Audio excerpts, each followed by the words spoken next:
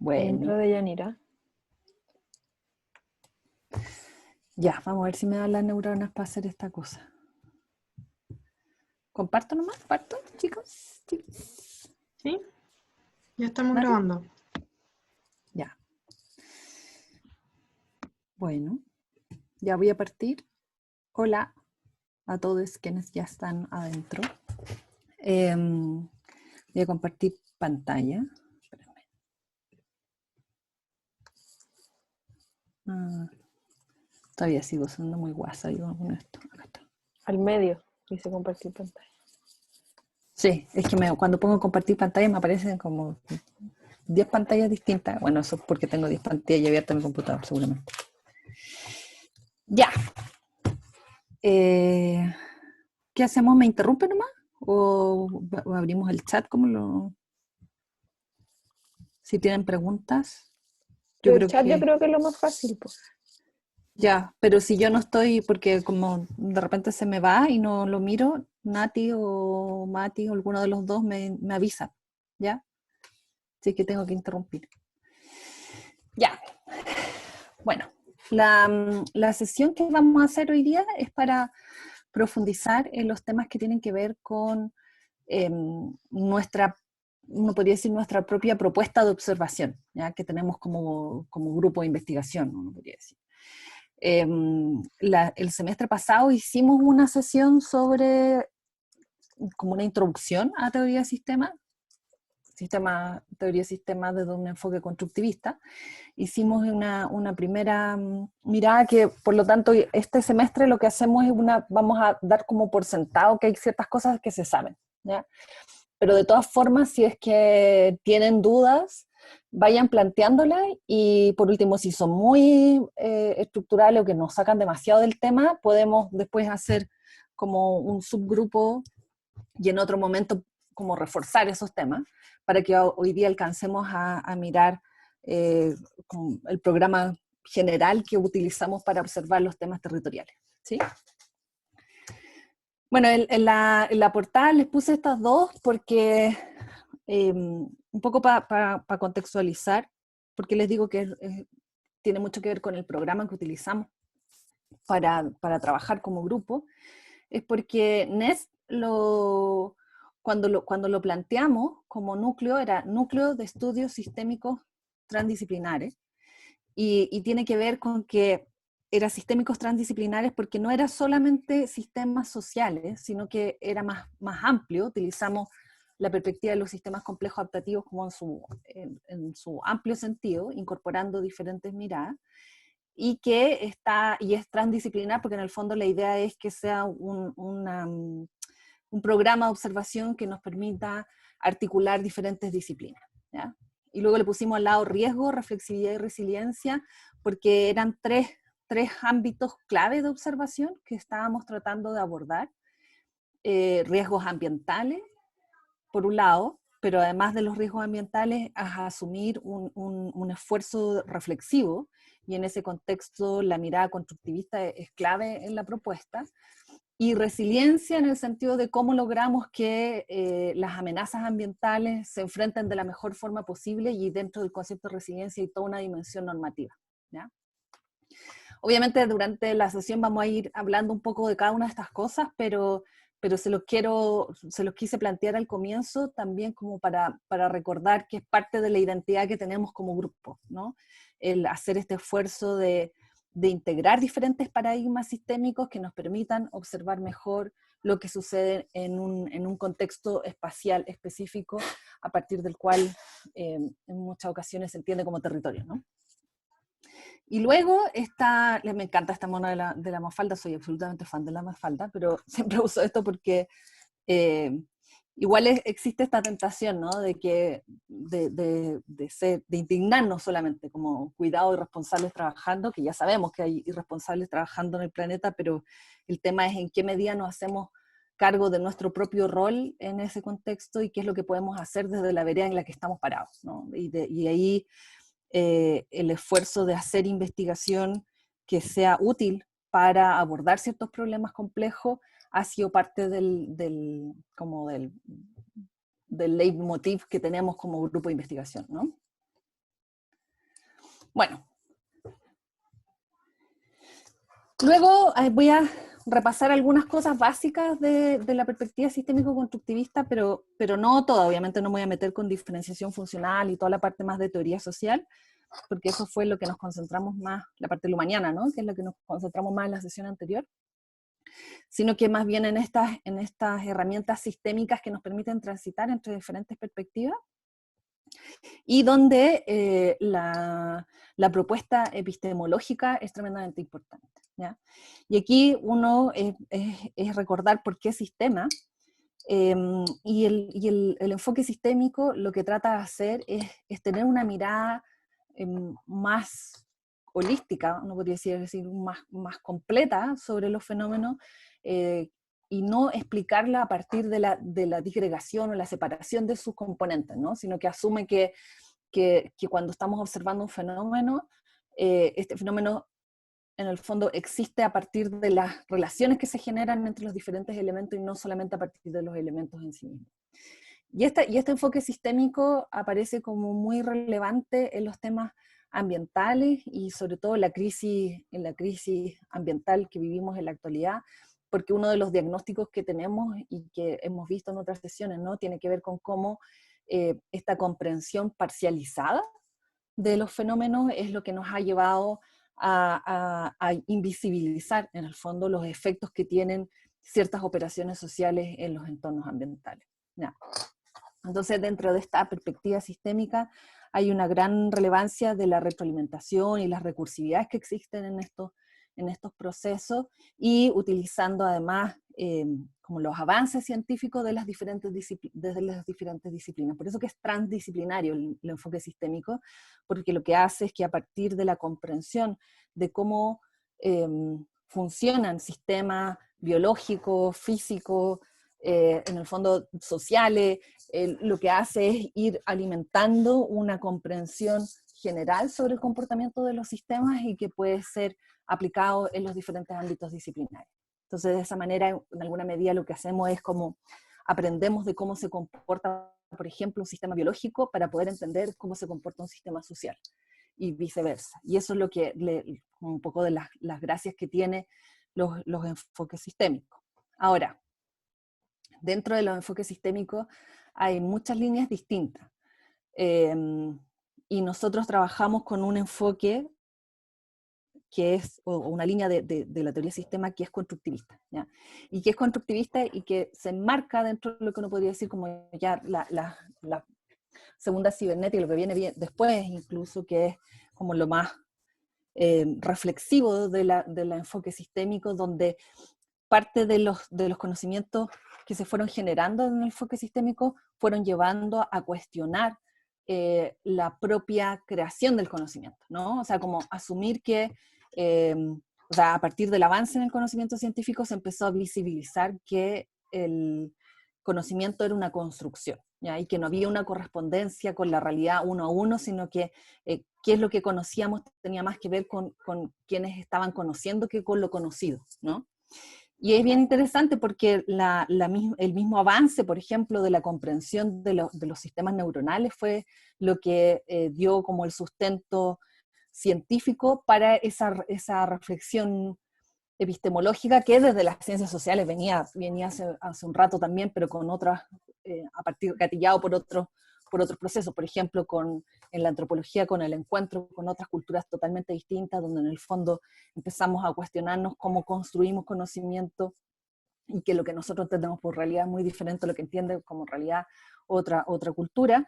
Pero en este caso, desde el enfoque sistémico, es muy, como se alimenta de los hallazgos y de los avances de conocimiento desde las diferentes especializaciones disciplinares, es en el fondo el avance que hay desde la comprensión de los sistemas neuronales, cómo se llega a la importancia del cuestionamiento del mismo conocimiento, ¿no?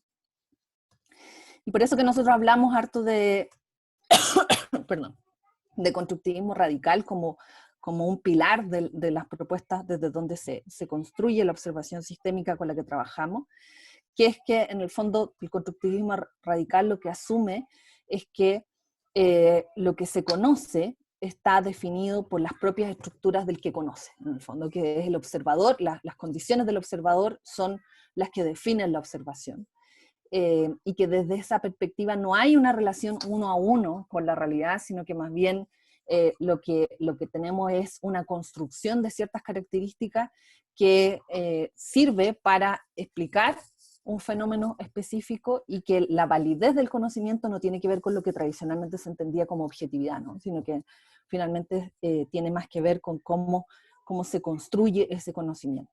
Y ahí, por un lado, uno puede decir, hay una cosa que es bien paradójica, que el conocimiento se vuelve contra sí mismo, ¿no? Que es como el mismo avance del conocimiento es el que nos lleva a cuestionar el propio conocimiento, y al mismo tiempo pone en una posición muy compleja la ciencia, que aparece como un conocimiento que en el fondo compite con otros conocimientos. O sea, no es el único conocimiento, no es la realidad, no es la verdad. O sea, a pesar de que se sigue utilizando el concepto de verdad como medio, ¿no?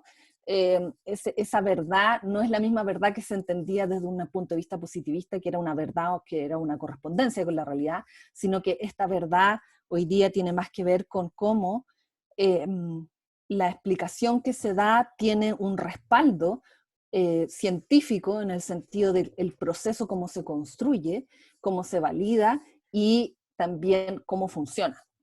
Si las explicaciones en definitiva funcionan para poder continuar generando más comunicación dentro del mismo sistema científico.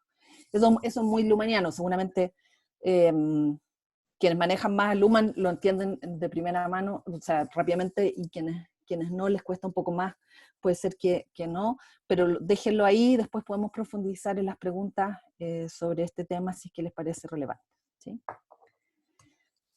En ese contexto, cuando hablamos de un enfoque sistémico que es constructivista, ya uno puede caer en la tentación de olvidarse del conocimiento científico, ¿no? Porque es un conocimiento más que compite con otros conocimientos. Uno podría decir, bueno, mejor nos quedamos con el sentido común, ¿no? Que funciona. Efectivamente, esto permite valorizar otras fuentes de conocimiento, sin duda, pero al mismo tiempo también nos permite valorizar lo que implica el conocimiento científico, ¿ya? Porque finalmente lo que hace el conocimiento científico y el establecer que la legitimidad o la validez del conocimiento tiene que ver en el fondo con el respaldo que tiene entre una comunidad de pares, por muy arbitrario que sea, lo que permite es tener algún tipo de transparencia sobre cómo se construye ese conocimiento, cómo se respalda y cómo se comparte por una comunidad, que en alguna medida lo que permite es ir más allá de la subjetividad. Entonces, en ese contexto de la subjetividad de un individuo, o sea, a pesar de que es un conocimiento, uno podría decir, relativo, en el sentido de que depende de los observadores, la gracia del conocimiento científico y la validación de pares es que finalmente lo que se hace es que el conocimiento se genera, se comparte y se utiliza en la medida que es compartido y que es evaluado como que funciona. Entonces, desde ese punto de vista es un conocimiento distinto al conocimiento que uno podría decir personal, del sentido común, o las explicaciones que se dan desde otros enfoques, por ejemplo, más religiosos, etcétera, donde se da una explicación también del mundo, una explicación de los fenómenos, pero con otro tipo de estructuras que permiten esa validación. Ahora, esta relativización, por un lado, lo que nos permite es plantear que, o sea, por un lado nos cuestiona lo que generamos como conocimiento, pero por otro lado nos genera mucha más flexibilidad, en el sentido de que, como sabemos que es una construcción, también nosotros patuamente nos sentimos con el derecho o la posibilidad de proponer explicaciones nuevas, en el fondo. De proponer explicaciones nuevas y ponerlas a prueba en discusión con otros científicos, con otros contextos, donde finalmente vemos si va funcionando y en función de eso lo vamos utilizando. Y en alguna medida lo que nosotros hacemos acá es eso, o sea, es proponer explicaciones que nos permitan observar y comprender lo que sucede en ciertos territorios, en ciertos espacios que se configuran operaciones sociales y que tienen ciertas consecuencias a partir de las mismas amenazas que se identifican en ese territorio, ¿no? Entonces, a partir de los enfoques sistémicos con los cuales trabajamos, nos dimos cuenta que habían ciertos elementos que eran muy fuertes desde el enfoque de los sistemas sociales, por ejemplo, la perspectiva lubaniana, que permitía explicar muy bien cierto tipo de cosas, pero habían otras que no se podían abordar con la misma precisión, o que se quedan un poco cortas las herramientas que se plantean desde el enfoque sistémico lumaniano, y las complementamos, por ejemplo, con la perspectiva de los sistemas complejos adaptativos, la línea de los sistemas socioecológicos complejos adaptativos, que no es constructivista, y que tiene una serie de limitaciones para la comprensión de lo social, pero tiene también unas herramientas muy interesantes para la comprensión de la relación de lo social con el resto de los sistemas ecológicos.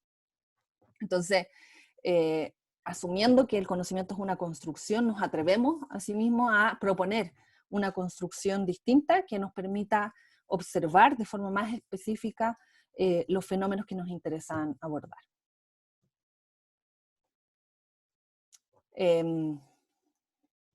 No sé si alguien tiene alguna pregunta hasta ahí. Me preocupa porque ahora voy a pasar como a otro nivel de teoría y me preocupa que queden colgadas. ¿No? No puedo ver el chat aquí.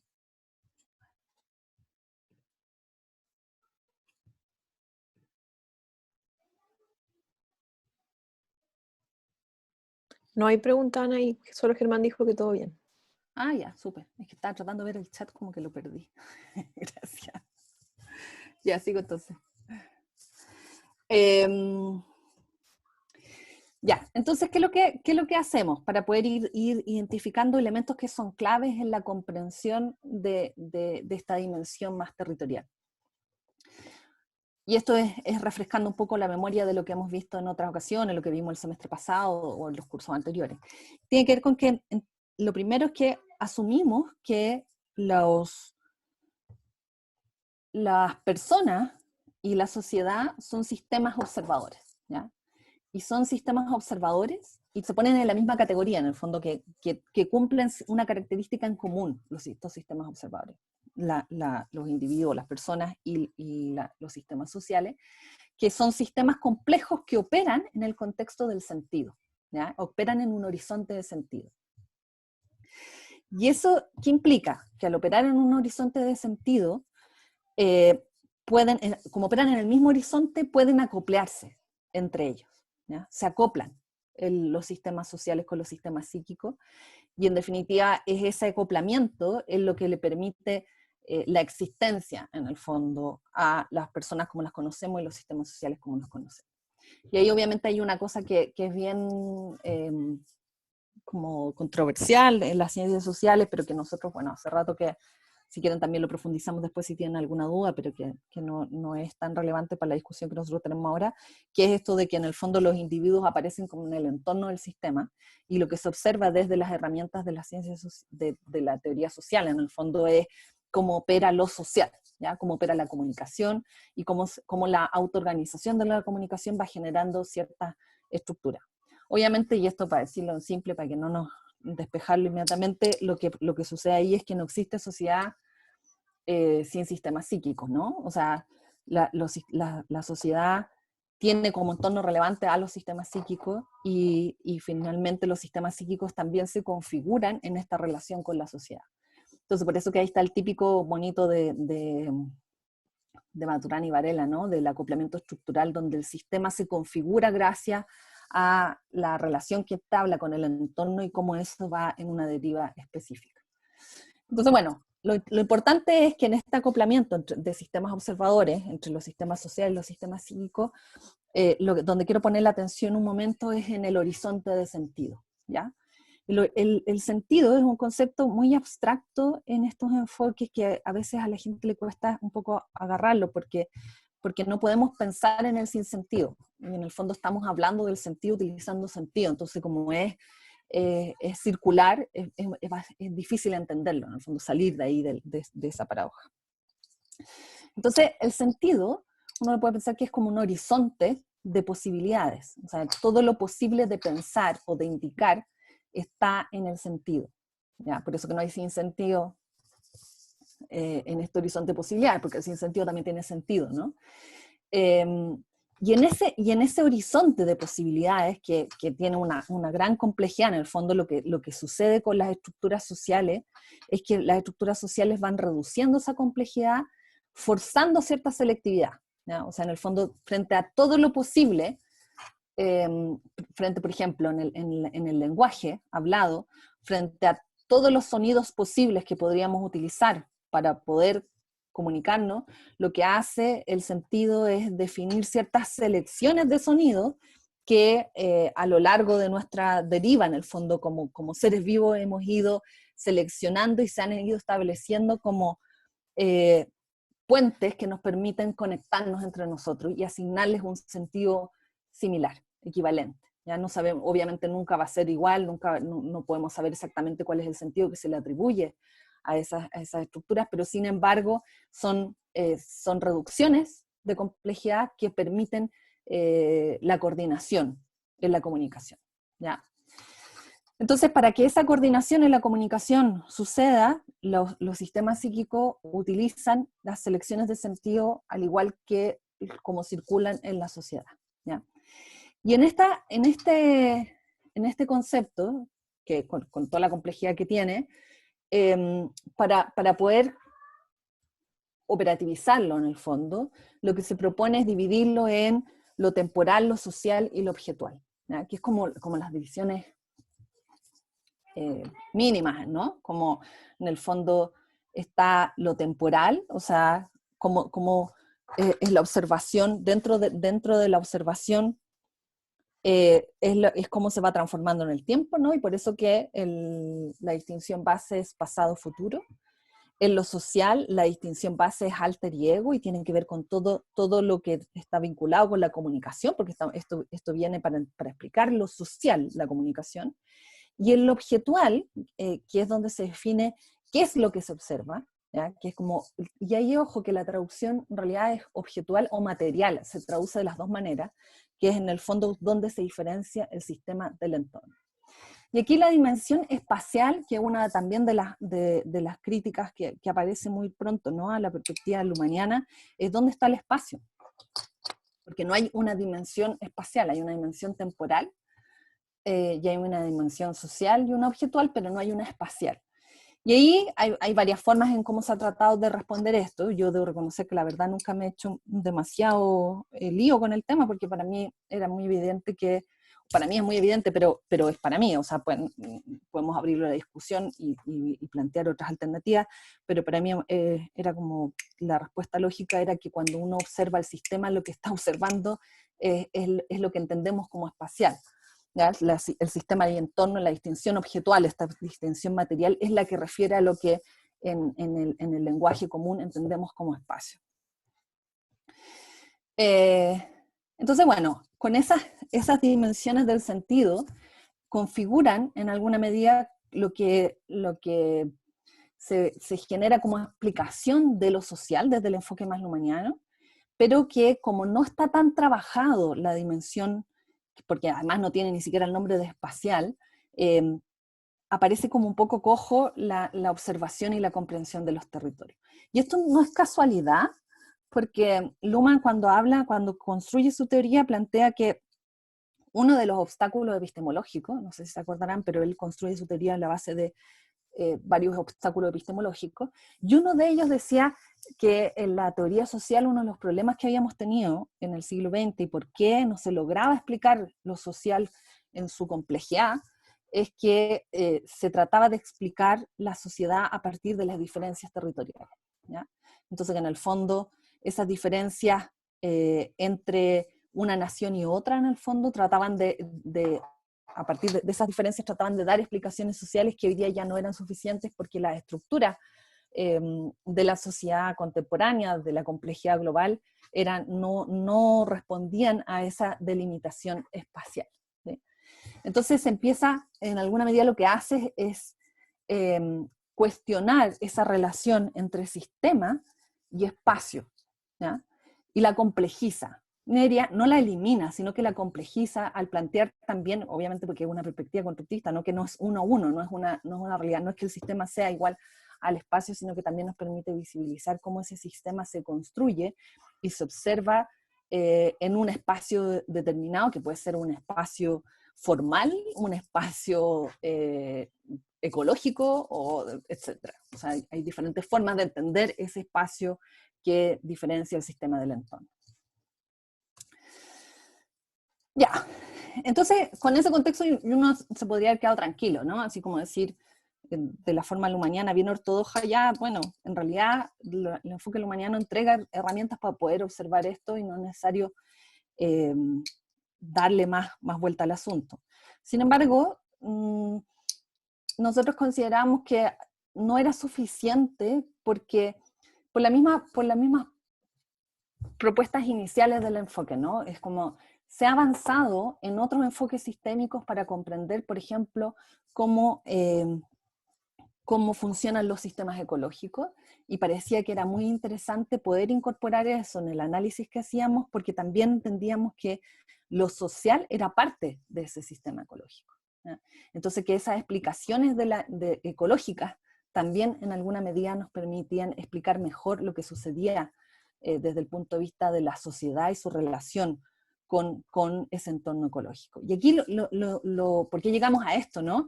Tiene que ver con que cuando nos enfrentamos a los fenómenos ambientales tienen un nivel de complejidad tal que requiere construir herramientas que permitan explicar de forma más específica cómo se relaciona la sociedad con sus entornos relevantes. Y ahí el primer entorno, en el fondo, el entorno crítico para la sociedad, son los sistemas psíquicos, ¿ya? O las conciencias, en el fondo. ¿Por qué? Porque la sociedad opera en el sentido al igual que las conciencias, como hablábamos recién, entonces es a través de las conciencias que se pueden gatillar transformaciones en la sociedad, ¿no? Es ahí donde hay un acoplamiento estructural. Pero además de eso, además de las conciencias, están los sistemas biológicos, que son las diferentes formas de vida, la misma forma de vida humana, en el fondo, pero no solamente la humana, los sistemas ecológicos, que tienen que ver con todas estas relaciones que se generan entre los sistemas biológicos en un espacio determinado, y también los sistemas físicos y tecnológicos, que aparentemente empiezan a ir más allá de solo las comunicaciones, ¿no? O sea, como, no podría decir más, como la propuesta laturiana, ¿no? O sea, como la infraestructura física o cómo la tecnología empieza a condicionar también las observaciones que se generan y los comportamientos sociales que hay en esas estructuras. Entonces, en este contexto parecía como insuficiente solamente abordar la complejidad que se daba en un territorio específico solo a partir de lo social, sino que también aparecía la necesidad de incorporar elementos que nos permitieran observar lo ecológico y lo tecnológico. Ahora, como es un enfoque sistémico-constructivista y asumimos que lo que estamos haciendo es una construcción, es una observación, nunca deja de ser una observación, o sea, lo hacemos a partir del sentido, en realidad nunca deja de ser socio, ¿ya? Por eso que hablamos nosotros de los sistemas socioecológicos, los sistemas sociotécnicos y los sistemas socioculturales, en el fondo, que es lo más desde donde partimos, porque no observamos lo ecológico sin lo social, observamos lo ecológico a partir de las distinciones sociales, entonces lo construimos socialmente, y lo mismo con lo técnico, ¿sí? Entonces, ahí, el experimento que hemos estado haciendo, y ya hace varios años ya, yo diría unos 4 años, 5 años más, es tratar de entender, y ha ido evolucionando a poco. Primero partimos socioecológico solamente, y ahora le hemos ido agregando, por ejemplo, la dimensión más técnica, pero es ir incorporando las explicaciones que se generan desde estas otras disciplinas que se han concentrado en el comportamiento de los sistemas ecológicos, por ejemplo, o de los sistemas sociotécnicos, y incorporando esas explicaciones para comprender cómo se relaciona el sistema sociocultural, no podría decir, en un espacio determinado donde existe cierto tipo de condiciones ecológicas y técnicas, ¿ya? Entonces, de hecho todavía no le ponemos un nombre muy, muy bonito, porque todavía seguimos hablando de sistema socioecológico técnico, sociotécnico ecológico, que es en el fondo el desafío, que es hacerse cargo del desafío de observar cómo interactúan y se acoplan en un contexto específico estas estructuras sociales con ciertas estructuras ecológicas y además intermediadas por ciertas estructuras técnicas y físicas construidas por la misma sociedad, y que en el fondo a partir de eso cómo se generan ciertas condiciones de vida, en el fondo, que finalmente terminan definiendo, por ejemplo, cuál es la vulnerabilidad que tenemos frente a diferentes amenazas.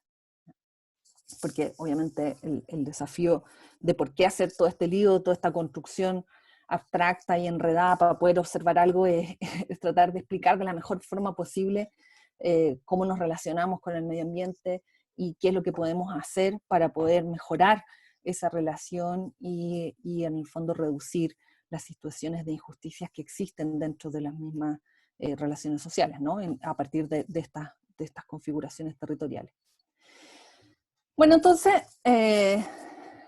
cuando nosotros nos proponemos observar cómo se enfrentan los ciertas amenazas ambientales, obviamente que partimos de la base de que cuando hablamos de lo ambiental estamos hablando de una comunicación, ¿no? Es cómo observamos lo ambiental, cómo observamos lo ecológico, cómo se configura eso dentro de lo social.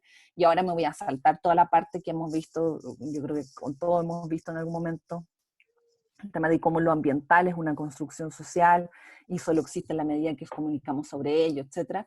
Asumiendo todo eso, nosotros intentamos construir herramientas específicas que nos permitan observar cómo operan, cómo funcionan, qué desempeño tienen ciertos componentes y ciertos servicios en lo que nosotros llamamos un sistema que finalmente es un sistema que nosotros construimos, un sistema que observamos, o sea, nosotros definimos los límites, a partir obviamente no arbitrariamente, sino que tratamos de definirlo a partir de ciertos criterios que nos permita decir que es un sistema, pero que en definitiva lo que hacemos es mostrar cómo, o tratar de explicar cómo en un espacio determinado se configuran ciertos servicios, ciertos componentes y se relacionan esto en diferentes escalas y con diferentes dimensiones, considerando lo socioecológico, sociotécnico y sociocultural, ¿ya?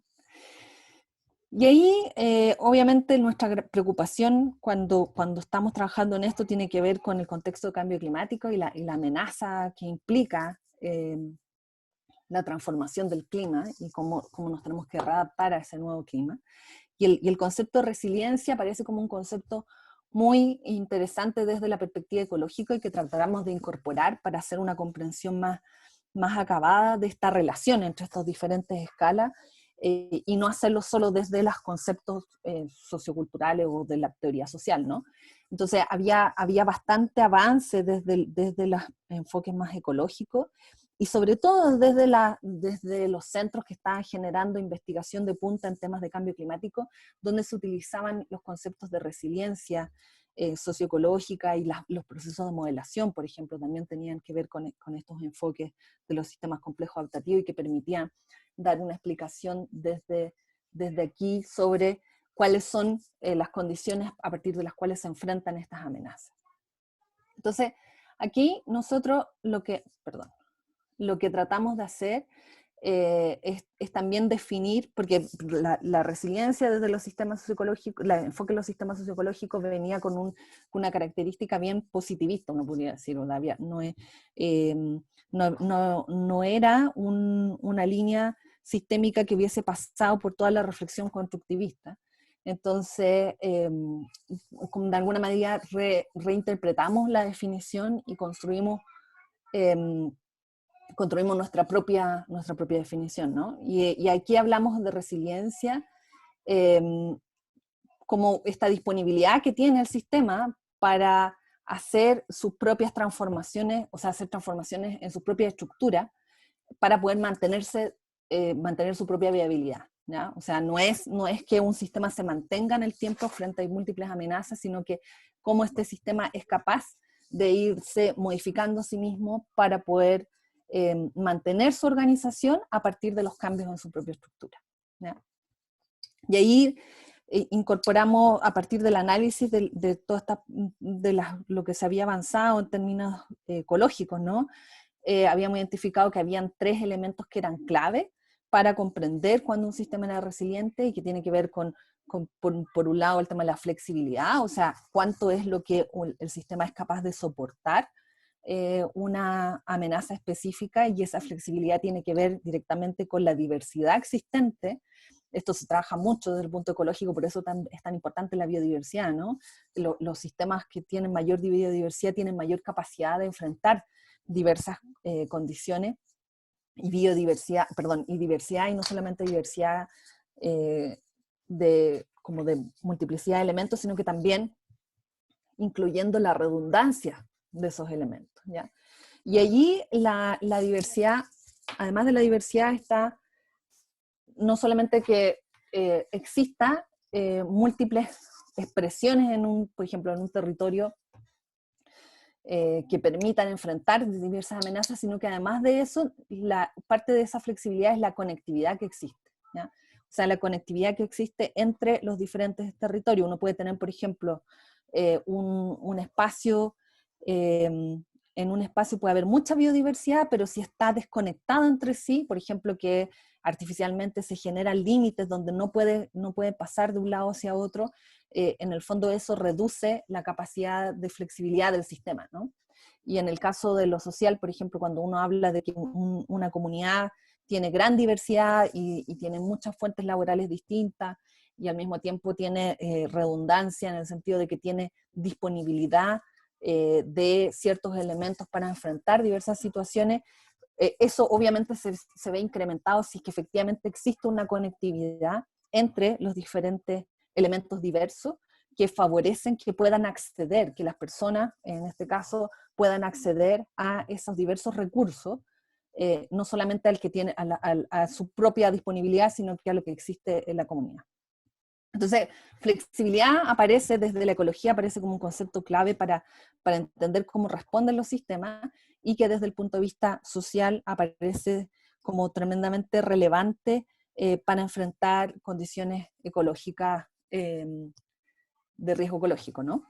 Luego está el concepto de aprendizaje, ¿ya? Y el concepto de aprendizaje es un poco complejo de entender porque viene también desde la ecología, y desde la ecología, incluso desde los conceptos más evolutivos también, de cómo se va aprendiendo y se va transformando.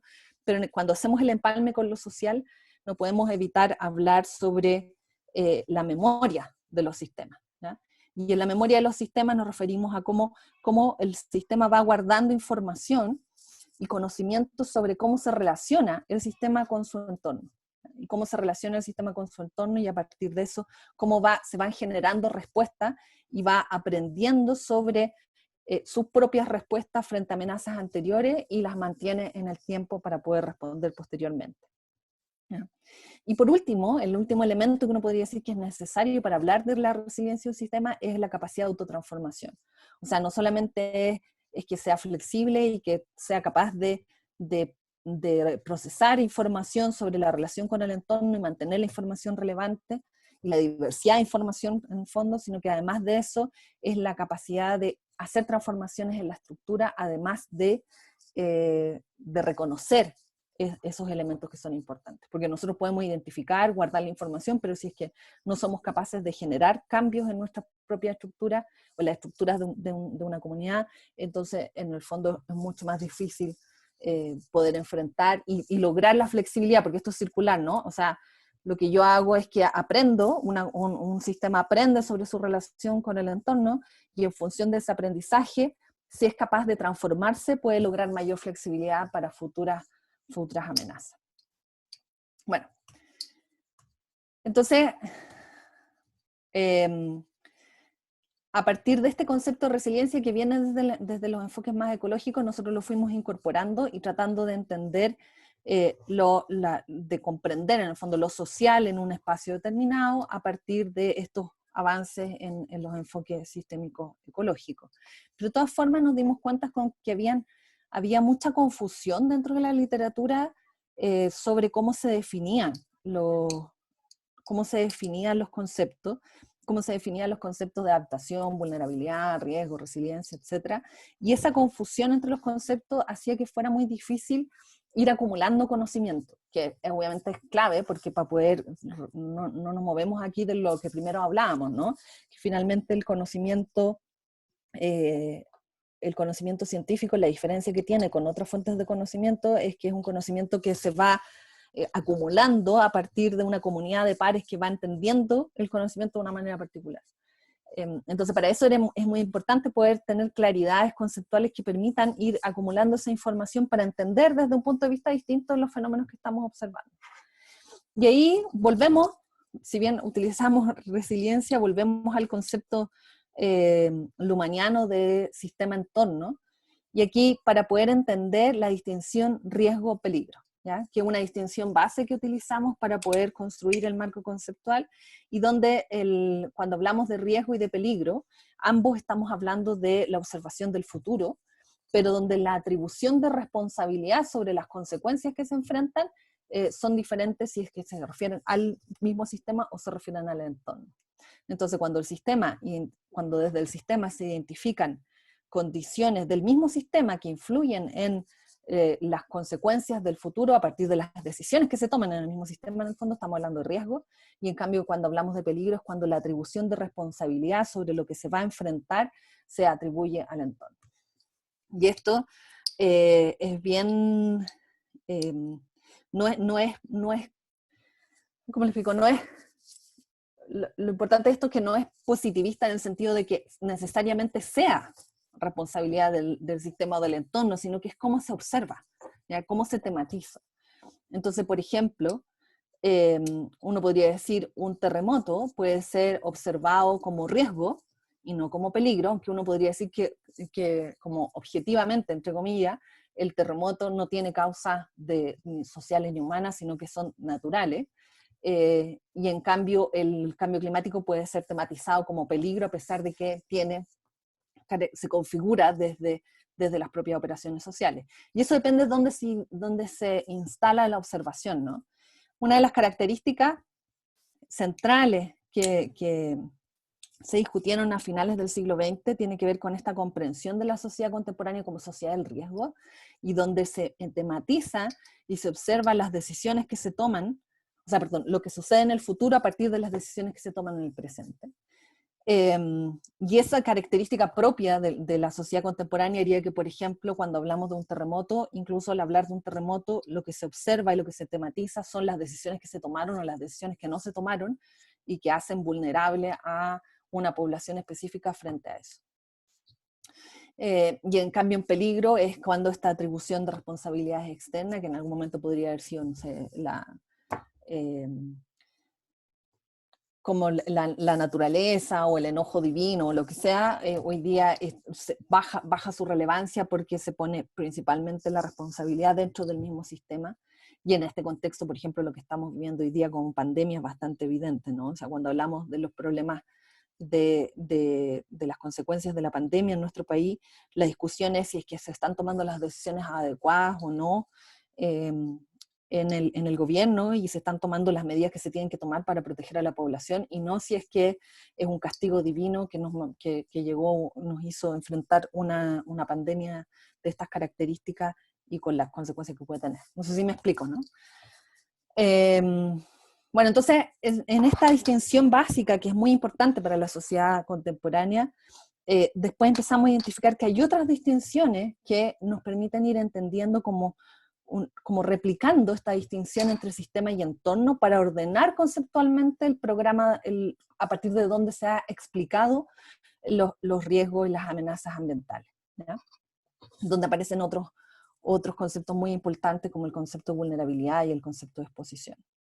Entonces acá les voy a mostrar el orden conceptual a partir del cual empezamos a trabajar y que que se basa en esta propuesta sistémico constructivista, donde asume que si estamos observando un sistema y un entorno, que es como esta primera distinción que nos permite definir qué es lo que observamos, en esta distinción se va sucesivamente, se puede ir haciendo sucesivamente y cambiando el punto de observación, que en algún momento se entendía como entorno, después se entiende como sistema. Lo que era entendido como sistema después puede ser entendido como entorno si es que lo observamos desde otro lugar. Entonces, básicamente aquí lo que hacemos es ir subdividiendo la distinción riesgo-peligro. Entonces, de riesgo a peligro, riesgo lo dividimos en vulnerabilidad y exposición. Entonces, lo que implica que el riesgo está compuesto por vulnerabilidad y por exposición del sistema, donde exposición es el lado del entorno, en el fondo el lado externo de la forma, mientras vulnerabilidad estaría compuesto por resiliencia y sensibilidad, ¿ya? Donde el resiliencia, todo lo que está al lado de acá es el lado interno de la forma, que es lo que tiene más que ver con el sistema mismo, y lo que está en el lado afuera es lo que vamos dejando en el entorno para observarlo en relación a lo que sucede más allá de las características del sistema.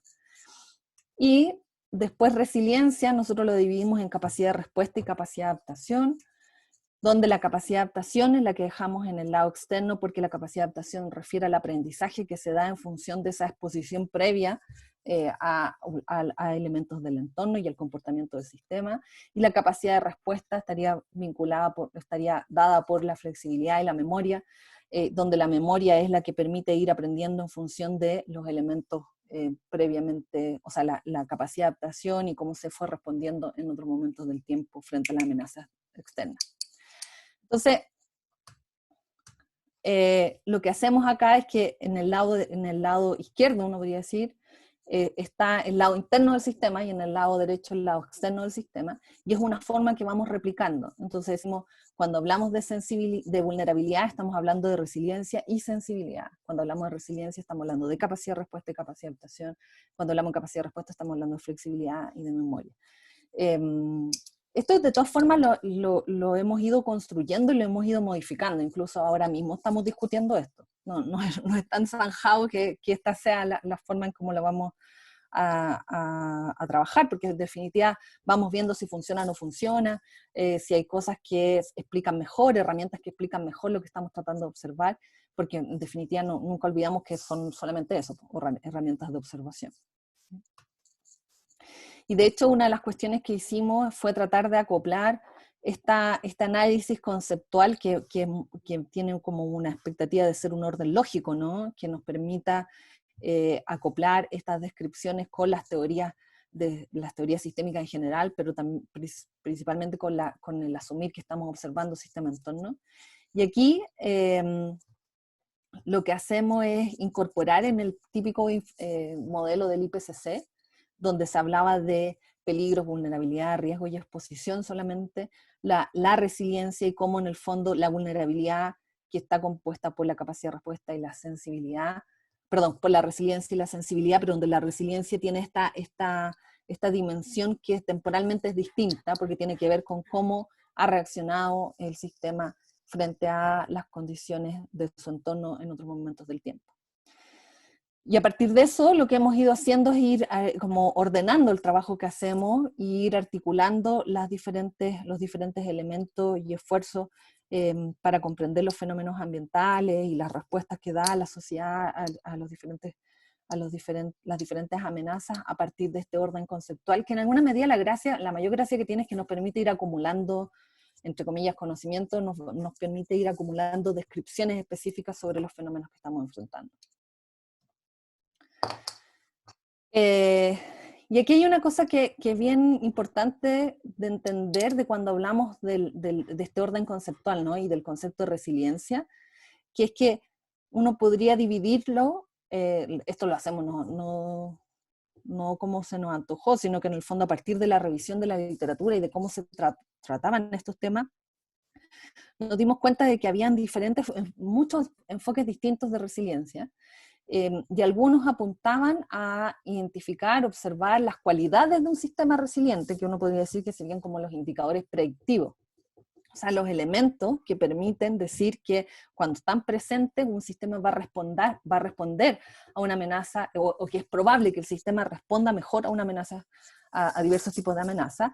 Y lo otro son las manifestaciones de la resiliencia, que son otro gran ámbito de trabajo, de temas, sobre todo en ámbitos de desastre, por ejemplo, donde se identifica cómo la planificación, o sea, por ejemplo, cómo la performance, uno podría decir, que tiene un sistema frente a una amenaza específica, es a partir de lo cual se habla de que ese sistema es resiliente o no, es como expuesto, por eso que hablamos de un indicador expresivo, una manifestación de resiliencia. Y ahí lo que se suele hablar es de la capacidad de planificar, de absorber, recuperar y adaptarse frente a una amenaza específica, y aquí nosotros lo que tratamos de hacer es también entender cómo se relaciona estos elementos que serían como los predictivos con estos expresivos, para entender, por ejemplo, que la flexibilidad lo que permite es que un sistema absorba y se recupere frente al evento, y la adaptación que se genera a partir de esa recuperación, si es que yo soy capaz de procesarla como a partir de la memoria del sistema y el aprendizaje que genero, y eso se traduce en autotransformaciones, lo que finalmente después me permite planificar y transformar el sistema en un sistema que sea más flexible, ¿ya? Básicamente nosotros este enredo que hicimos de tratar de articular diferentes perspectivas tenía como fin el poder conciliar los conocimientos que habían de estos distintos enfoques para poder observar un sistema específico y a partir de ahí entender su relación con el entorno y las diversas respuestas que daba.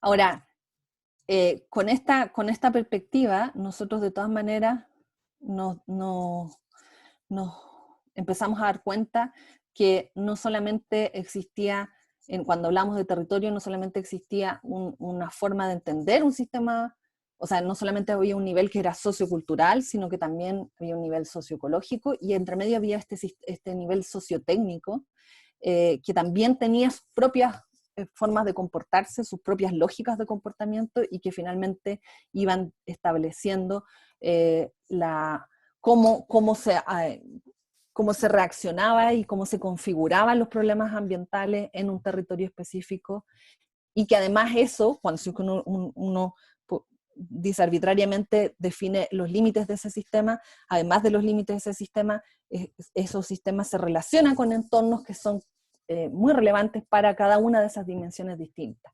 De ahí, por ejemplo, las estructuras sociales del sistema económico, del sistema político, que van más allá del territorio, se transforman en el parte del entorno relevante de ese territorio, en la medida en que van configurando y van gatillando transformaciones en el mismo territorio. Pero al mismo tiempo también el sistema ecológico, por ejemplo, las características climáticas generales del planeta, también configuran cómo se comporta el sistema socioecológico en un espacio delimitado al mismo tiempo. Bueno, y lo mismo con el sistema sociotécnico. Entonces, bueno, acá le ponemos los sistemas complejos, a partir de los conocimientos de sistemas complejos adaptativos, tratamos de alimentar estos otros enfoques, y para nosotros los sistemas, la comprensión del sistema sociocultural era lo más fácil, porque ahí podíamos utilizar el enfoque lumaniano, que era muy potente y que finalmente no necesitaba, bueno, aunque lo complementamos y todo, pero ya tenía bastantes herramientas de observación.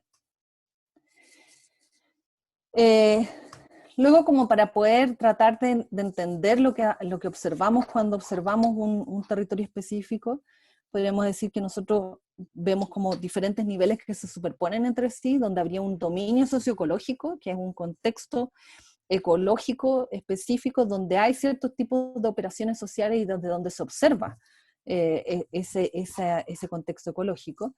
Y por ejemplo, ahí podría una herramienta muy práctica para observar eso, se refiere a los servicios ecosistémicos, que generan los diferentes elementos ecológicos y las relaciones que hay entre esos elementos, o sea, el sistema ecológico donde están estas operaciones sociales. Después estaría este dominio sociotécnico, donde estarían toda la infraestructura, la tecnología, que uno podría decir que es como esta naturaleza construida, pero que tiene una expresión física que va configurando y va también definiendo ciertas formas de relacionarse en un espacio determinado. Y luego el dominio sociocultural, que es el que es más difícil de delimitar territorialmente, porque el socioecológico y el sociotécnico uno puede hacer una delimitación física de ello. Lo sociocultural, la delimitación, los límites del sistema sociocultural en un territorio son mucho más complejos porque se definen desde la propia observación, ¿no? Es como el mismo sistema definiendo su propio límite. Obviamente, esto tiene una serie de limitaciones y uno podría decir, como elementos que hacen que no sea tan coherente ni tan redondito como es, por ejemplo, la teoría lumaniana y la perspectiva de los sistemas sociales, donde no hay cómo agarrar, o sea, todo es ultra coherente, ¿no? Porque es un enfoque que es muy complejo y al mismo tiempo se explica a sí mismo, pero que sin embargo nosotros, asumiendo que lo central del enfoque sistémico es que de que asumimos que también lo que construimos como conocimiento es una construcción, o sea que tiene niveles de arbitrariedad y que la relevancia que tiene es en la medida que funciona. Nos parecía que si esto funcionaba mejor para poder explicar lo que sucedía en un territorio, mientras funcionara, era válido que lo siguiéramos utilizando. Y en ese contexto es que lo hemos ido construyendo, ¿sí? Esto lo voy a explicar ahora y con esto quiero que después dar paso para que conversemos un poco y veamos preguntas, etcétera, porque, para ver si se ha ido entendiendo. Pero una de las cuestiones que hemos estado trabajando es cómo entender que en un mismo espacio, que uno podría definir como un mismo territorio, en el fondo, un sistema territorial, en ese contexto uno diría, pueden existir regímenes que son distintos, ¿ya? Y el concepto de régimen, esto lo tomamos desde el enfoque sociotécnico, ¿no? Como estas estructuras que se refuerzan entre ellas y que configuran ciertas formas como ciertas formas de comportamiento en el territorio, y donde, por ejemplo, esto lo hicimos con la Nati para abordar el tema de Petorca, veíamos cómo en ese contexto uno podría identificar que hay ciertas características o ciertas condiciones de ciertos regímenes, en el fondo, que están más orientados a este modelo exportador, en el fondo, donde operan con la lógica de extractivista, libre mercado, donde se utiliza infraestructura específica, mucha tecnología, donde se asume el agua como un bien privado, y si ustedes se fijan, cada uno de esos elementos refiere a estructuras sociales, sociotécnicas y ecológicas, que finalmente van configurando una forma de usar el territorio, y que compiten en ese mismo espacio con otras configuraciones que tienen que ver con, por ejemplo, la agricultura de subsistencia, la lógica de rotar plantaciones, de trabajar en redes de reciprocidad, organizaciones que son más comunitarias, que en alguna medida tensionan esta lógica del agua como bien privado, donde se valora el conocimiento local y no solamente el conocimiento técnico-científico, etc.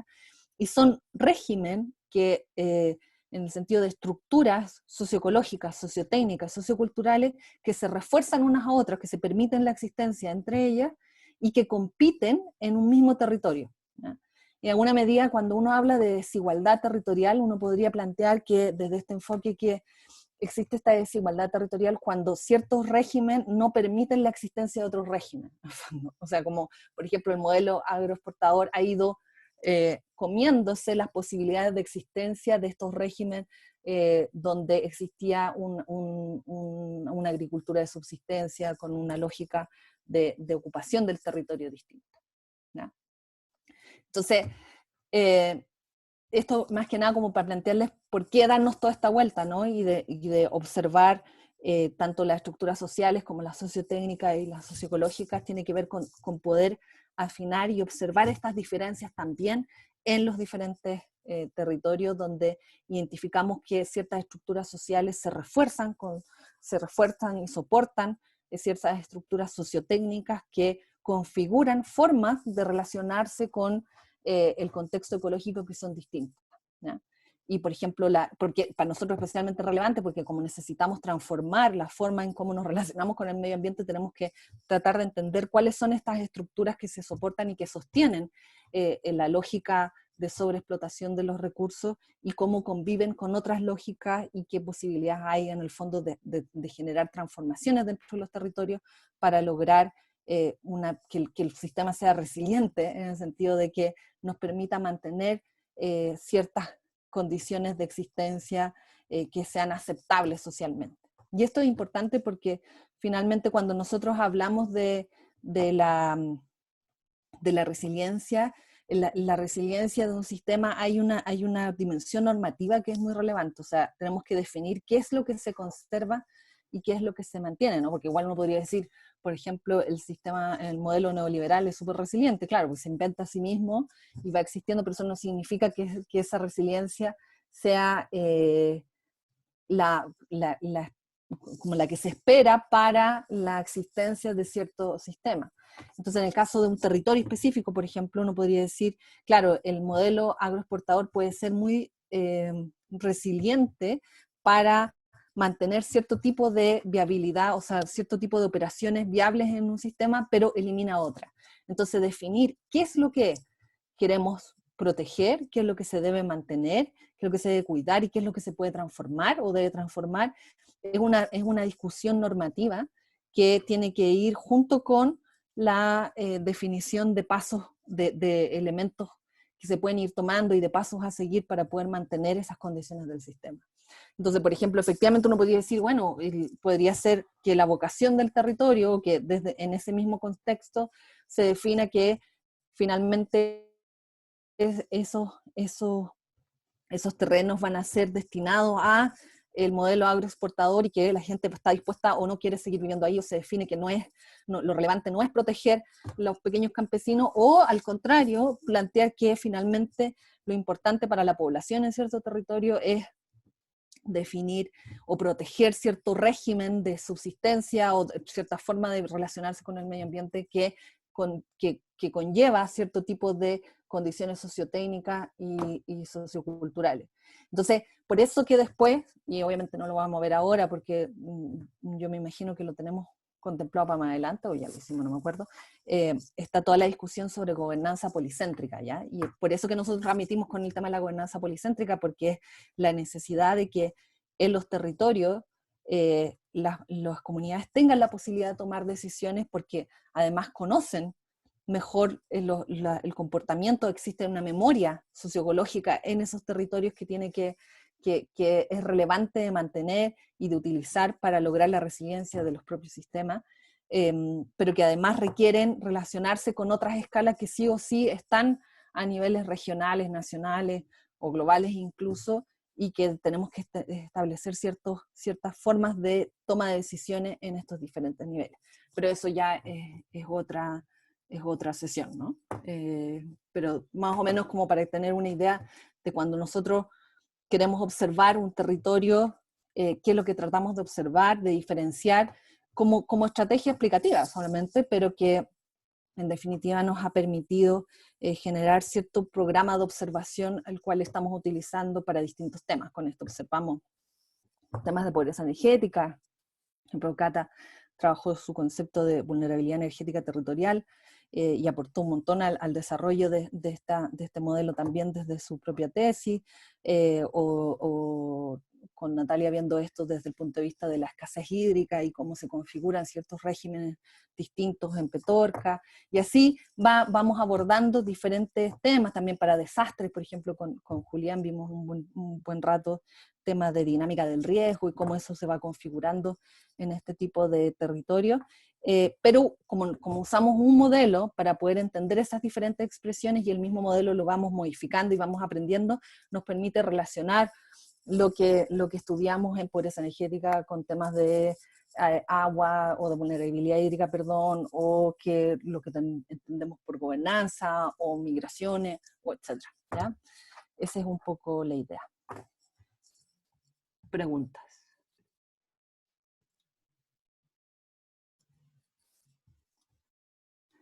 No hay pregunta. No se entendió nada. Estuve hablando sola todo el rato. Parece que no hay preguntas. Yo tengo una pregunta. Bien. Que me llama mucho, como me llama la atención como este concepto como entre los servicios y los componentes. Como, ¿de dónde sale este rollo de pensar como la energía, el agua, todo esto como servicios?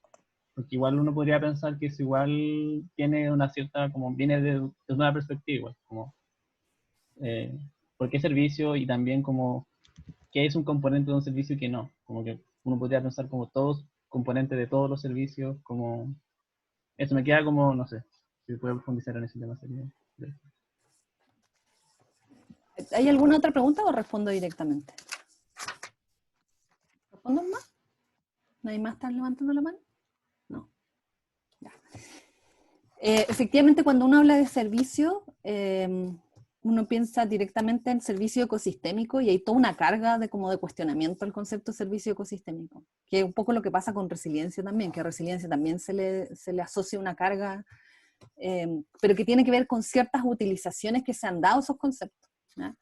El tema de servicio ecosistémico se ha cuestionado por esto como el greenwashing, ¿no? Que es como finalmente lo que se observa es solamente lo que permite generar servicios, o sea, beneficios a la sociedad y se deja en segundo lugar, o sea, sigue siendo antropocéntrico, etc.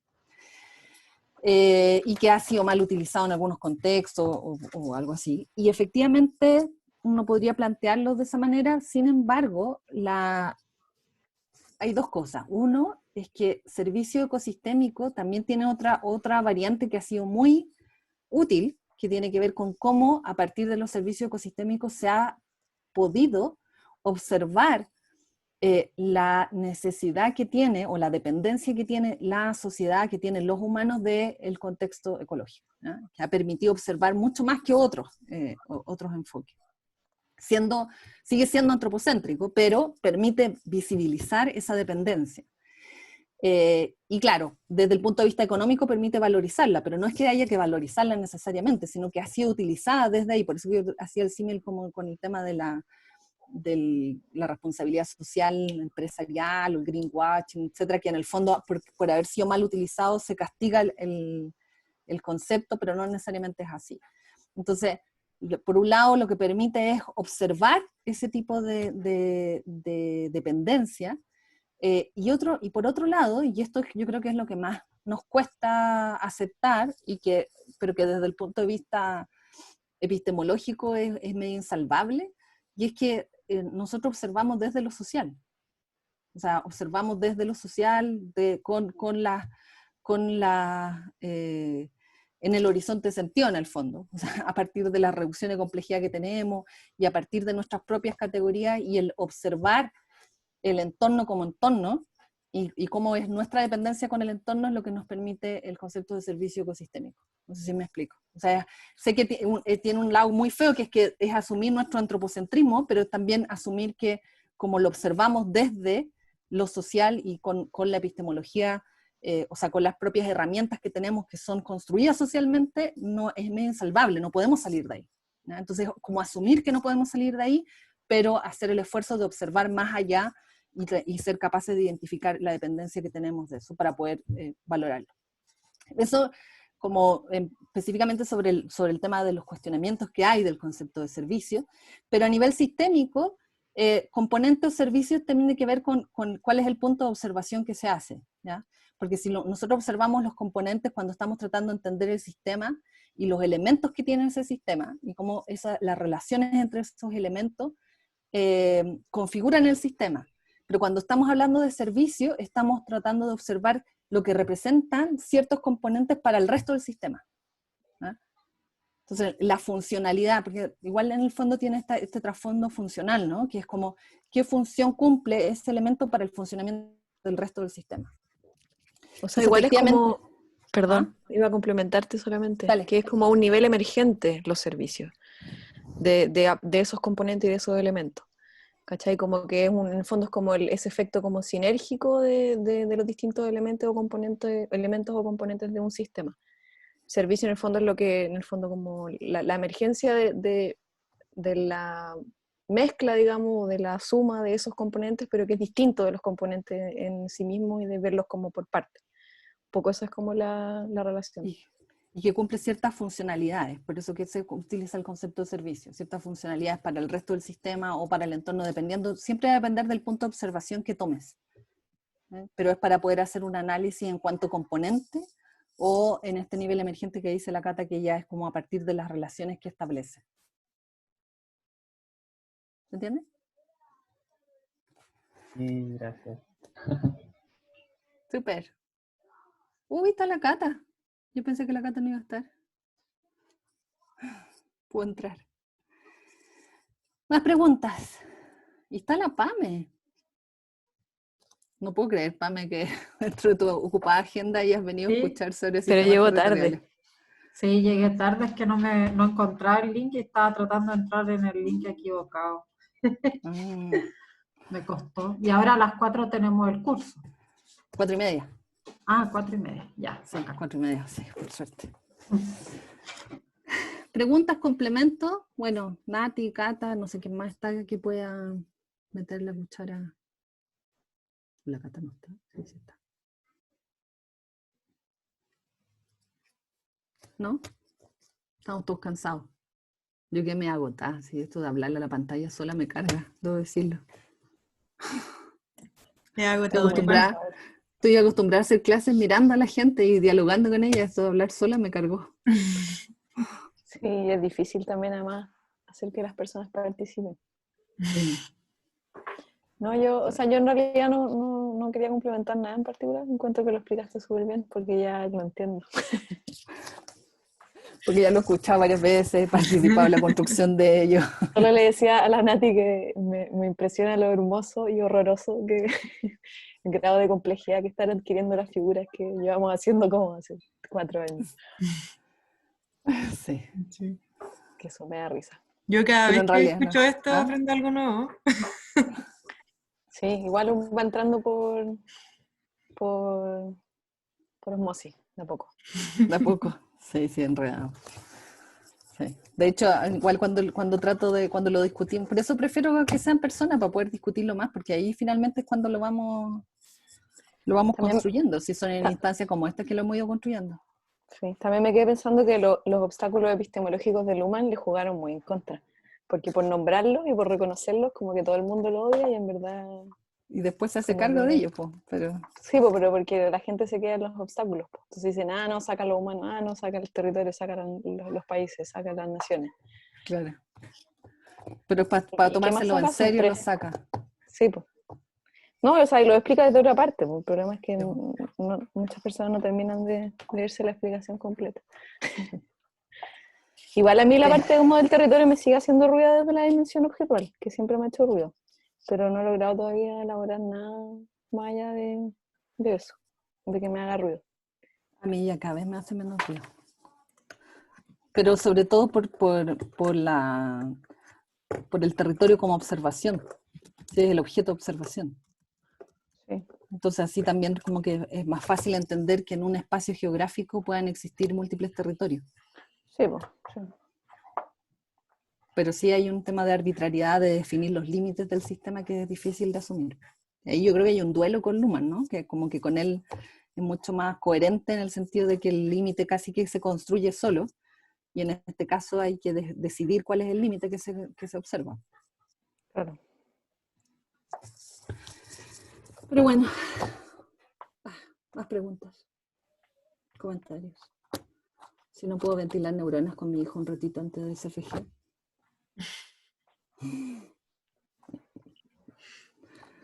¿Sí? Vaya. Voy. Oye, Cata. ¿Ah? guarden este link porque este link va a ser el link para todas las sesiones. Un link Excelente. permanente. Así ¿Cómo? que, Después me tienes que enseñar a hacer eso. bueno. Hoy, y Qué una bueno que está la Cata del Wille. pregunta, ¿este link se puede compartir con cualquier persona que quiera participar? Sí, del seminario permanente, sí. Y nosotros somos abiertos. Sí, pero mis estudiantes... El requisito es que los metáis al Slack y se puedan meter a ese canal para que también les podamos hacer algún grado porque ahí igual subimos, mandamos los avisos en caso, no sé, pues que que se atrase la clase, que se adelante, que se suspenda, que cambie el tema. Ah, ya, ya. Como Pero que igual sería- si es que hay alguna sesión específica, por ejemplo, el de pandemia de la semana pasada, participó, de ese lo difundimos en diferentes ámbitos porque era como un tema que le interesaba a mucha gente. El de hoy día era Ya. muy teórico y árido, que era como muy interno, pero... Ya, súper. Igual, por si acaso, si se conectan, como el link lo creé yo, va a quedar vinculado a mi cuenta. Entonces, para que se abra la sesión, tengo que conectarme yo. Y si es que se conectan y no les funciona, esperen 2 minutos y se conectan hasta que yo me haya conectado. Por si acaso, porque a veces como que no funciona y es por eso. No se Porque podía Nancy no- atrasar. como que no me va a poder atrasar. Aló, No es que vaya a muchas partes. aló.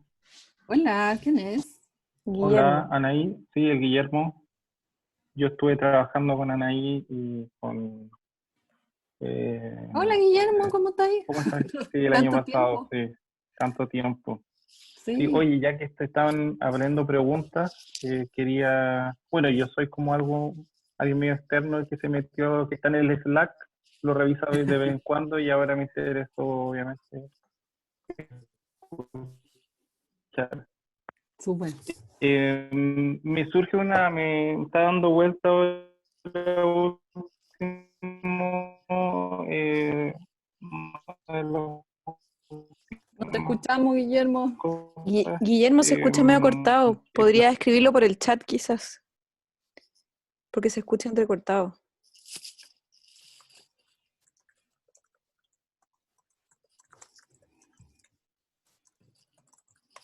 Lo perdimos. Guillermo es del Magíster de Políticas Públicas, que es del MGPP. Compañero de parece que Rubén, ahora de no- José. Pero ahora parece que no está en Chile, o se iba a ir, no sé si se logró ir. Ya me pierdo ya con los viajes. ¿Lo perdimos? No sé, le escribí por el chat para ver si es que responde. Aló, Hola. Guillermo, ¿lo intentas de nuevo? aló, Hola, ¿lo intentas de nuevo preguntar? Porque no te escuchamos antes.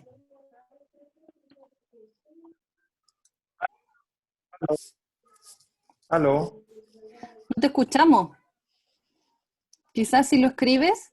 Parece que se me cayó justo, pero tenía que ver con Ahora cómo, sí, ya, ahora dale. sí, ya, Sí. pero tiene que ver una duda de cómo se expresan desigualdades territoriales dentro de los tipos de actores que son actores que finalmente van controlando, van manejando los distintos tipos de servicios. ¿A qué me refiero? Por ejemplo, en concreto, ya que salió el tema del agua, lo que pasa con las juntas de vigilancia o organizaciones de usuarios de agua en general a nivel territorial, porque finalmente ahí son los mismos actores locales, usuarios, territoriales, que tienen acceso, control, propiedad y toma de decisiones sobre finalmente el recurso para uso local también, pero que se expresa finalmente no en términos colectivos o a nivel sociedad, a nivel de social, en términos de territorio, sino como usos para los sistemas o la lógica de sistemas mediante, como tú señalabas, cómo funciona, por ejemplo, la diferencia entre un modelo agroexportador versus modelo de agricultura de subsistencia. Entonces, ¿cómo se expresa eso a nivel sistémico? Esa es una duda que me ha estado dando vueltas, cómo incorporarlo en el análisis. ¿Por qué? Porque estoy viendo temas de gobernanza, entonces eso finalmente entra en choque y tampoco me queda claro cómo eso se expresa, por ejemplo, en términos de gobernanza policéntrica, pero sé que eso se puede ver más adelante. No sé si logro transmitir bien Sí, mi... sí, y es bien interesante la pregunta que haces porque todavía nos falta, yo creo que quizás tenemos que trabajar un poco más ese tema y escribir alguna publicación sobre eso, pero que tiene que ver con el rol de las organizaciones, porque en el nivel sociotécnico lo que vislumbramos es que se configuran organizaciones en el sentido de sistemas organizacionales que operan decisiones por sobre decisiones, pero que además están orientados a el uso de cierta tecnología y el uso de cierta infraestructura, y que esas organizaciones finalmente funcionan como como los eslabones en el fondo que enlazan el tipo de explotación que se hace o el tipo de uso que se hace de los territorios con otras estructuras sociales que son mucho más abstractas, como por ejemplo las estructuras relacionadas con el dinero y con el modelo capitalista y con estructuras más globales, ¿no? Entonces, en ese contexto uno podría decir que la Junta de Vigilancia es una organización que opera en un territorio específico y que tiene ciertas características sociotécnicas que hacen que utilice el territorio de una manera específica a partir de estructuras que están a nivel global, incluso, o sea, la tecnología que se utiliza, las infraestructuras y también los códigos económicos que están de por medio y también como hibridizados por otras características que son a nivel local. No sé si me explico. Entonces, nosotros lo que hemos ido viendo en el tiempo de que cada vez le damos más relevancia a esta dimensión sociotécnica, porque en alguna medida la dimensión sociotécnica, con este tipo de organizaciones, que sería lo central en la dimensión sociotécnica, sería lo que iría configurando, influyendo de mayor manera en cómo se utiliza el territorio, al funcionar como enlace entre lo local y lo global, pero también como enlace entre lo social y lo tecnológico y lo ecológico, en el fondo. Pero es algo que yo creo que deberíamos trabajar más para dejarlo más explícito, porque todavía está como muy a nivel de lo que hemos ido desarrollando en el último tiempo. ¿No? ¿Se entendió, Guillermo? Sí, sí, sí. Así que si Sí, quieres sí, nos sí, ayudas a desarrollarlo. Aquí el que habla pierde. Sí, tiene que ver con eso, porque las organizaciones de usuarios de agua son una respuesta descentralizada y gestión local a los sistemas socioecológicos. Entonces dicen, no, pero que aquí hay... Ahora, el problema es que hay una apropiación por parte de grupos locales que tienen capacidades económicas y asimetrías de poder bastante a nivel territorial. Sí. Bastante marcadas, que se apropian finalmente de esas capacidades descentralizadas. Entonces, eso finalmente desfigura esto de, entre comillas, la idea de promover incluso, decir, bueno, sí, la descentralización de los sistemas finalmente es algo positivo, pero ¿y cuándo se genera esto? Que hay una apropiación local por parte de Claro, porque además en este caso la no sé, descentralización... yo sé que me faltan elementos teóricos o conceptuales como poder expresar bien el tema que estoy señalando, pero me ha costado un poco también relacionarlo o cómo plantearlo. No, sí, es súper interesante. Yo creo que es necesario desarrollar afinar más esa observación y construir herramientas más específicas para entender lo sociotécnico y cómo, por la influencia que tiene la configuración del territorio, y precisamente porque es en esos espacios donde también se configuran las grandes desigualdades, ¿no? Porque finalmente, claro, la racionalidad económica que opera en las juntas de vigilancia influye en cómo la racionalidad política también dentro de la junta de vigilancia, ¿no? Porque con esto de que un derecho es un voto, se generan ciertas reglas del juego en esas organizaciones que le dan cierta como preeminencia al régimen sociotécnico agroexportador por sobre el régimen sociotécnico de agricultura de subsistencia. No sé si me explico. Sí, tal cual. Entonces eso es súper interesante porque la idea de esto es tener algunas herramientas para explicar cómo se configuran esas diferencias en los territorios. Así que, acá. Bienvenido, Guillermo, si quieres que desarrollemos más eso, cuando tengamos tiempo. Te voy a enviar un correo. Ya, súper. No, si lo tenemos con Rubén, no sé si está Rubén hoy día. ¿No está Rubén, parece? No está. Con Rubén es el que más se ha entusiasmado con trabajar. Bueno, tú lo conoces, Guillermo, Rubén. Sí, pues. El que más se ha entusiasmado con trabajar en la dimensión sociotécnica.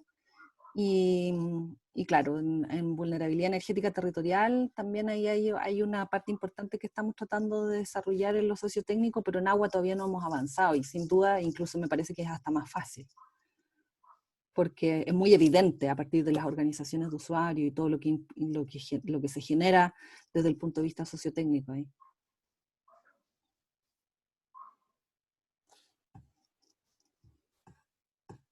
Eso. ¿Alguna otra pregunta? ¿No? ¿Tenemos 15 minutos de descanso, por favor? ante el CFG. Sí, chao. Sí, ya. Ya, en todo caso, esto no se acaba acá, seguiremos conversando sobre esto durante todo el semestre, pero es para tener un puntapié inicial. Si tienen preguntas o si quieren profundizar algo, no duden en irlo poniendo también como escribiéndolo en el chat que tenemos ahí en el Slack y podemos retomarlo las sesiones que vienen. ¿Sí? Ay, hola, yo tengo una pregunta que me surgió ahora cuando durante la presentación decían nosotros le hemos ido trabajando, etcétera, etcétera. ¿Se refiere como a Nest o como Sí. quiénes son nosotros? Eso igual, como llegué tarde, igual me perdí un poco quizás el comienzo de la presentación. Esa es una duda que todos tenemos, porque es como tan colectivo que finalmente no sabemos quiénes son nosotros y quiénes no. La Cata ¿Quiénes lo sabe somos? responder.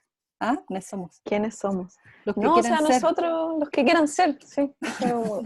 Operamos en base a Que quieran criterios ser. puramente de autoinclusión y autoexclusión. Quien quiera hacerlo será, quien no quiera hacerlo no será. Claro. Pero Es que ahí me confundí. partimos siendo como bueno, la Anaí, el Marco, el Rubén, Ya, pero no, se ha yo ido me sumando mucha imaginaba. gente. El Julián, por ejemplo, con él estuvimos trabajando ahorita el tema como de riesgo de desastre, después se empezó a meter en otros temas, en gobernanza policéntrica, después apareció Julio, después apareció la Nati, después adoptamos a la Tami Monsalve, ahora estamos cazando a la Pam Smith, ¿viste? Entonces empezamos ahí a... Y ya la logramos atrapar. Ya la logramos atrapar y la tenemos aquí voluntariamente, porque aquí, bueno, para ustedes, para algunos es obligatorio, pero para otros no. Mira, está Julián también, no había visto que estaba Julián. Sí, pues está Julián. Y yo pensaba como en un momento como que hablaban de nosotros como nosotros los sistémicos, pero no, estaba confundida si eran nosotros los sistémicos o nosotros como No, como ustedes, grupo de como el grupo investigación. que... Claro. Sí, Como sí. grupo de investigación. A lo que le llamamos Eso. NEST, que igual es como yo diría 80% sistémico, así que tampoco es tan errada la percepción. Pero claro, y se suma, o sea, desde aquí trabajamos con el CR2, trabajamos con la Red P, trabajamos con Eneas, trabajamos como es parte de... Pero Un no se sistémico agota ninguno de abierto, eso. tenemos más apertura cognitiva que los otros sistémicos. Oye, yo me voy a ir, o sea, la Cata por antigüedad puede seguir respondiendo preguntas, pero necesito respirar antes del CFG y ver a mi hijo, si no, no me va a dejar hacer la clase. Está bien, no sé si alguien más tiene preguntas, si no, cerremos. Igual necesito Respirar. ir a tomar aire al patio. Chao, chao. Chao. Chao, profe. También.